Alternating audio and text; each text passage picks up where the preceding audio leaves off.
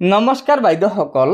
1 অক্টোবৰ 2025 তাৰিখৰ পৰা অসম চৰকাৰে ৰাজ্যৰ আশা কৰ্মীসকলৰ মাননি 1000 টকা বৃদ্ধি, ঠিক তেনেকৈ ৰাজ্যৰ মধ্যাহ্ন ভোজনৰ ৰন্ধনকৰ্মী সহায়িকাসকলৰ বাবে 500 টকা দৰমহা বৃদ্ধি কৰিব। যদিও অসম চৰকাৰে আশা কৰ্মী আৰু ৰন্ধনকৰ্মী সহায়িকাসকলৰ দৰমহা বৃদ্ধি কৰাৰ কথা ঘোষণা কৰিছে, কিন্তু এই ঘোষণাক লৈ আশা কৰ্মী আৰু ৰন্ধনকৰ্মী সহায়িকা ইউনিয়ন সন্তুষ্ট হোৱা নাই, যাৰ পৰিপ্ৰেক্ষিতত অসম চৰকাৰৰ কেবিনেট বৈঠকৰ পিছতে বাৰম্বাৰ সন্থাই অসম চৰকাৰক দাবী জনাই আহিছে যে এই দৰমহা বৃদ্ধিৰ সিদ্ধান্ত সংশোধনী কৰিব লাগে, অৰ্থাৎ আশা কৰ্মী আৰু ৰন্ধনকৰ্মী সহায়িকাসকলক এটা ন্যায্য দৰমহা দিব লাগে। যাৰ পৰিপ্ৰেক্ষিতত যোৱাকালি আশা ইউনিয়নে সংবাদ মাধ্যমত জনাইছে যে বঞ্চনা প্ৰতাৰণাৰ বিৰুদ্ধে আশা সন্থাৰ প্ৰতিবাদ। বঞ্চনা আৰু প্ৰতাৰণা বন্ধ কৰা আৰু আশা কৰ্মীক চৰকাৰী কৰ্মচাৰীৰ স্বীকৃতি দিয়াৰ দাবীত আজি ৰাজ্যখনৰ বিভিন্ন প্ৰান্তৰ পৰা অহা 5 শতাধিক আশা কৰ্মীয়ে চচলত তীব্ৰ প্ৰতিবাদ সাব্যস্ত কৰে। এক বিবৃতিত সন্থাৰ ৰাজ্যিক সভানেত্ৰী পদ্মা মাউতে কয় যে বহু চৰ্চিত ৰাষ্ট্ৰীয় স্বাস্থ্য অভিযান চমুকৈ NHMৰ অন্তৰ্গত আশা কৰ্মীসকলে ৰাষ্ট্ৰীয় স্বাস্থ্য অভিযানৰ বিভিন্ন নীতি আৰু আঁচনিৰ সফলতাৰ বাবে এক গুৰুত্বপূৰ্ণ ভূমিকা পালন কৰি আহিছে। বিশেষকৈ গ্ৰাম্য অঞ্চলত স্বাস্থ্য সেৱা প্ৰদান আৰু জনস্বাস্থ্যৰ ক্ষেত্ৰত তেওঁলোকৰ কাম অপৰিহাৰ্য। আশা কৰ্মীৰ প্ৰচেষ্টাত অসমত যোৱা কেইবছৰত প্ৰসূতি মৃত্যু আৰু নৱজাতকৰ মৃত্যুৰ হাৰ বহুলাংশে হ্ৰাস হৈছে বুলি চৰকাৰীভাৱে স্বীকাৰ কৰা হৈছে, কিন্তু ইয়াৰ বিপৰীতে আশা কৰ্মীসকলক প্ৰদান কৰা সা সুবিধা তথা দৰমহা বহু নগণ্য।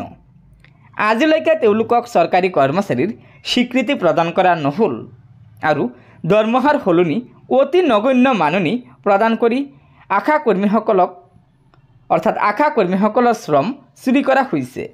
ইয়াৰ প্ৰতিবাদত আজি সদৌ অসম আশা সন্থাই আজি 8 ছেপ্টেম্বৰ 2025 তাৰিখে আশা কৰ্মীসকলৰ ওপৰত চলা এই বঞ্চনা আৰু প্ৰতাৰণা বন্ধ কৰা আৰু আশা কৰ্মীক চৰকাৰী কৰ্মচাৰীৰ স্বীকৃতি দিয়াৰ দাবীত চচলত চলা ৰাজ্যিক ভিত্তিত বিক্ষোভ কাৰ্যসূচীৰ মাজেদি দাবী সম্বলিত এখন স্মাৰকপত্ৰ ৰাজ্যিক স্বাস্থ্য মন্ত্ৰীলৈ প্ৰদান কৰে।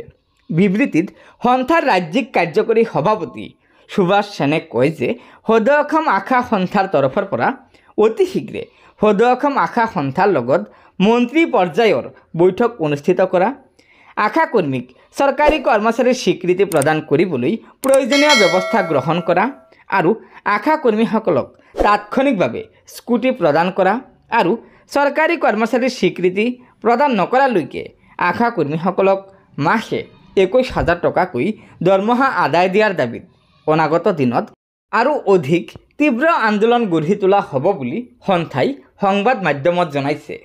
গতিকে বাইদেউসকল, এয়া নিশ্চয় ৰাজ্যৰ আশা কৰ্মীসকলৰ বাবে এটা অত্যন্ত গুৰুত্বপূৰ্ণ খবৰ, কিয়নো যোৱাকালি সদৌ অসম আশা ইউনিয়নে চচলত প্ৰতিবাদ সাব্যস্ত কৰি অসম চৰকাৰক আহ্বান জনাইছে যে অসম চৰকাৰে ৰাজ্যৰ আশা কৰ্মীসকলৰ চাকৰি নিয়মীয়াকৰণ কৰি নিযুক্তি পত্ৰ দিব লাগে আৰু আশা কৰ্মীসকলৰ মাননি প্ৰতি মাহে 21,000 টকাকৈ প্ৰদান কৰিব লাগে।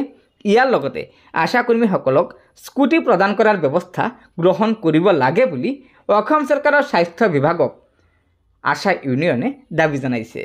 গতিকে বাইদেউসকল, আশা কৰা হৈছে যে অসম চৰকাৰে ৰাজ্যৰ আশা কৰ্মীসকলৰ এই দাবীসমূহ পূৰণ কৰাৰ ওপৰত যত্ন কৰিব।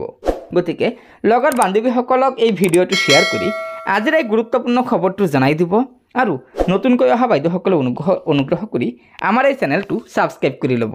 ধন্যবাদ। জয় আই অসম।